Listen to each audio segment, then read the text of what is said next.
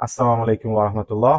Biz Buxoro shahriga yetib keldik va qo'limdagi shajara bugun juda ham mamnuniyat ila va qiyinchiliklar 8 oy davomida izlanishlar oxir natijasini berdi.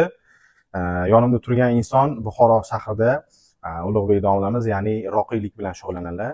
İnsonlarga shifo ulashuvchi payg'ambarimizning to'g'ridan to'g'ri avlodlari hisoblanadilar. Men bu narsadan juda ham xursandman. Mani qo'limda turgan shajara mana shu siz syomkaga yaqinlashtirasiz. Olib keling. Torting o'zingizga. Ko'rib turganingizdek, biz Turkiston saytlari va eshonlari xalqaro jamiyati orqali tasdiqlangan hujjatlari, muhrlari hammasi va 20 ta davlat, o'zimiz qo'shni davlatlarimiz, hamkorlarimiz hamda asl nusxa shajara qayerdan ma'lumot topilganligi. Hamda mana ko'rgan bo'lsangiz, demak bu yerda ozgina ochasiz. Said Ulug'bek bu o'zlari hisoblanadilar. Said Abduvalik esa o'zlarining farzandlari. Hamda to'g'ridan to'g'ri Said Amir Umar orqali Amir Kulol hamda Rasululloh sollallohu alayhi vasallamga to'g'ridan to'g'ri bog'lanib, payg'ambarimizning avlodlari hisoblanadilar. Biz bu narsadan juda ham xursandmiz. Alloh xayrli qilsin. Bu insonni yana bir tomonlarini aytib o'tamiz.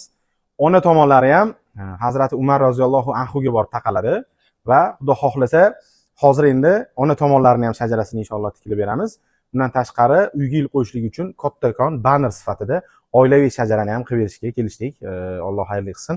Aka, nima hissiyotlar o'tdi shuncha vaqt davomida? Endi 8 oydan beri kutamiz, alhamdulillah, va hammasi yaxshilikka.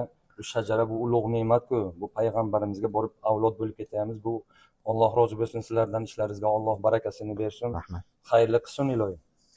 8 oy davomida shuncha yillik kutish natijasi, ya'ni sizdan oldingi necha asrlar davomida hal bo'lmagan ishni 8 oyda Allohning izni bilan hal bo'lishligi, Alhamdulillah. bu juda ham bir katta yutuq deb hisoblaymiz. Albatta biz xursandmiz.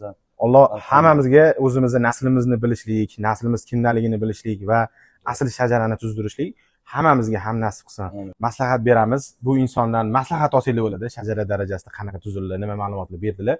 Bundan tashqari to'g'ridan to'g'ri kelib duolarni olsanglar ham bo'ladi. Sababi Buxoro shahrida, ya'ni buxorolik payg'ambar avlodlarini yana qaytadan shajaralar tiklanganidan juda ham xursandmiz.